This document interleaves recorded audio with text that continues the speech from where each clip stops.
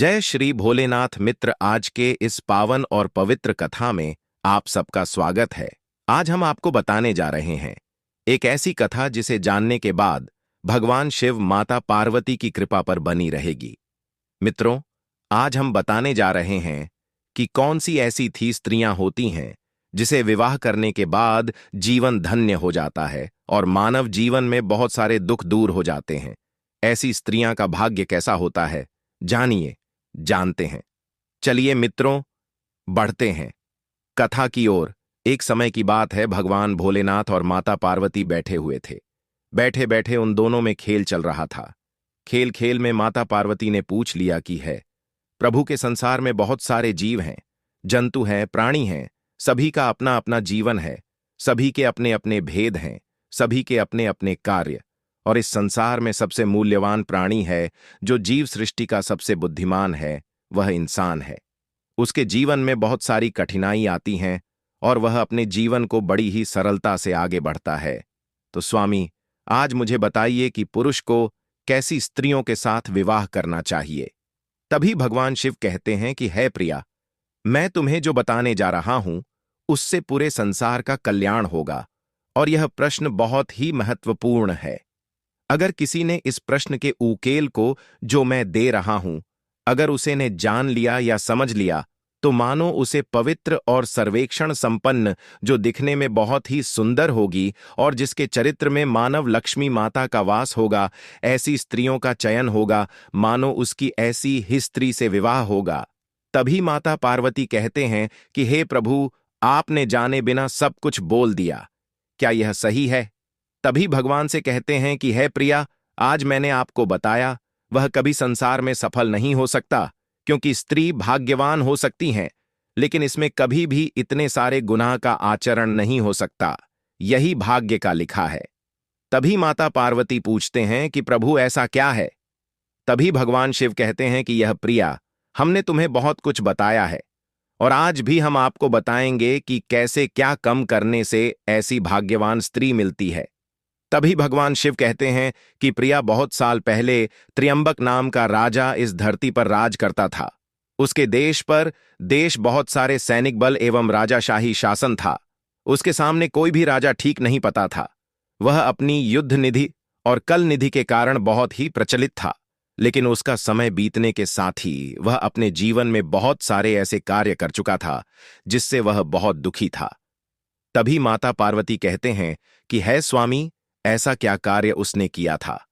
तभी भगवान शिव कहते हैं कि उसके जीवन में बहुत सारी खुशी थी, लेकिन उसके जीवन में एक भाग्यवान स्त्री नहीं थी, और उसकी उम्र के साथ ही उससे कोई भी स्त्री विवाह नहीं करना चाहती थी। उसके शरीफ एवं बाहुबल इतना था कि मानो चट्टान को हिला दे। उसके तेज मुख सूर्य जैसा था कि कोई भी राजकुमारी उसे पर मर मिटेंगे। लेकिन कुछ ग्रह नक्षत्र का ऐसा खेल चला कि मानव उसकी शादी विलंब होने लगी, और इसी बात से वह बहुत परेशान था। परेशानी के साथ साथ उसके जीवन में बहुत सारी कठिनाइयां पड़ने लगी। तभी उसने अपने कुल गुरु साधु महाराज को बुलाया। साधु महाराज को बुलाने के साथ साथ उसने साधु महाराज को पूछा कि है महाराज, मेरे जीवन में इतनी कठिनाइयों क्यों? तभी साधु महाराज कहते हैं, हे राजन, तुमने अपने जीवन में बहुत सारे कार्य किए हैं, लेकिन तुम जो करने जा रहे हो उसमें तुम्हारा कोई दोस्त नहीं है। तुम्हें पूर्व जन्म में जो जो पाप किए हैं उसी का फल तुम्हें भुगतना पड़ता है, और इसी कारण तुम्हारे जीवन में बड़ी कठिनाई या आ रही है। हे राजन, तुमने अपने पूर्व जन्म में तुमने बड़े पाप किए हैं, इन ही पालों का फल तुम्हें बहुत में पड़ रहा है। तभी राजन कहते हैं कि हे साधु महाराज, मुझे बताइए कि मैं ऐसे कौन से पाप किए हैं और अब मैं उनसे कहां से बाहर निकल सकता हूं। तभी साधु महाराज कहते हैं कि है राजन, तुमने जो बात किए हैं वह स्त्रियों के विरुद्ध हैं। तुमने स्त्रियों का पूर्व जन्म में सदा ही तिरस्कार किया गया है। तुम जिस स्त्री को भी देखे उसका तुमने तिरस्कार किया, उसको तुमने ठोकर से लगाया, और तुमने उसके जीवन में बहुत ही दुखों भरा जीवन कर दिया। पूर्व जन्म में तुम बहुत ही निर्दय थे, क्योंकि तुम्हें स्त्रियों से प्यार भी नहीं था। तुम्हें खुद अपनी माता से भी निर्दय आई थी, और इसी वजह से तुम्हें पूर्व जन्म में अपनी ही माता के कारण श्राप मिला है। श्राप का निर्णय इस समय में हो सकता है, लेकिन तुम इस जन्म में इस श्राप को दूर कर सकते हो। तुम्हें भगवान शिव की आराधना करनी होगी। उनके साथ साथ तुम्हें हमसे पर भी मांगना होगा। वरदान मांगने के साथ ही तुम्हें भगवान शिव से अपने पापों के माफी भी मांगनी होगी। और सभी राजा ने साधु महाराज कहते हैं कि पहले तुमको एक बात बताता हूं और एक इस कहानी के दौरान मैं तुम्हें बताऊंगा। तुमने जो जो पाप किए हैं उन पापा को तुम्हें कैसे सुधारना है। और मैं तुम्हें एक दूसरी कहानी भी बताऊंगा जिसमें स्त्रियां कैसी होती हैं और कैसा उनका भाग्य होता है, कैसी उनकी दैनिक क्रियाएं होती हैं। तभी वह साधु महाराज राजन को बताते हैं कि है राजन, तुमने जो पाप किए हैं उनका भुगतान तुम्हें करना ही होगा। तुम्हें भगवान शिव की पूजा करनी होगी। तुम्हें भगवान शिव की 2 हफ्तों तक आराधना करनी होगी और गौ सेवा करनी होगी। तभी तुम्हें इस पाप की मुक्ति से मुक्ति मिल सकती है। तभी उसे राजन ने साधु के कहे अनुसार सारा कार्य किया।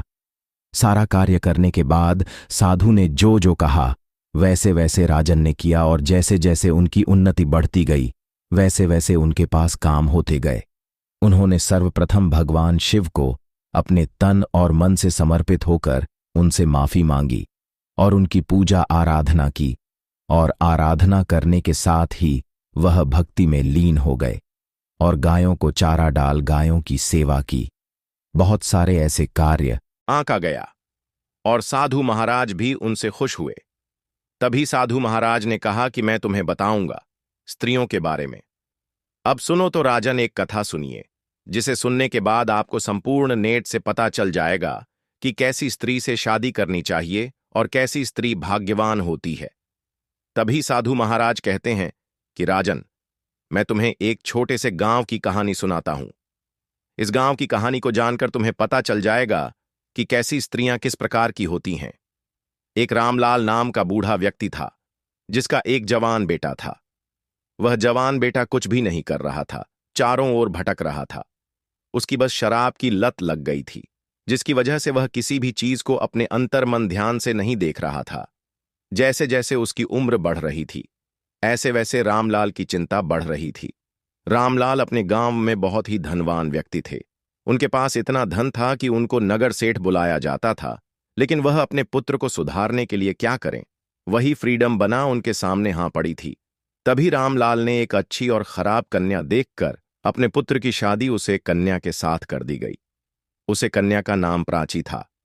उसे प्राची नाम के कन्या ने बहुत सारे दिन बीते, लेकिन उसके जीवन में भी कोई प्रभाव नहीं पड़ा।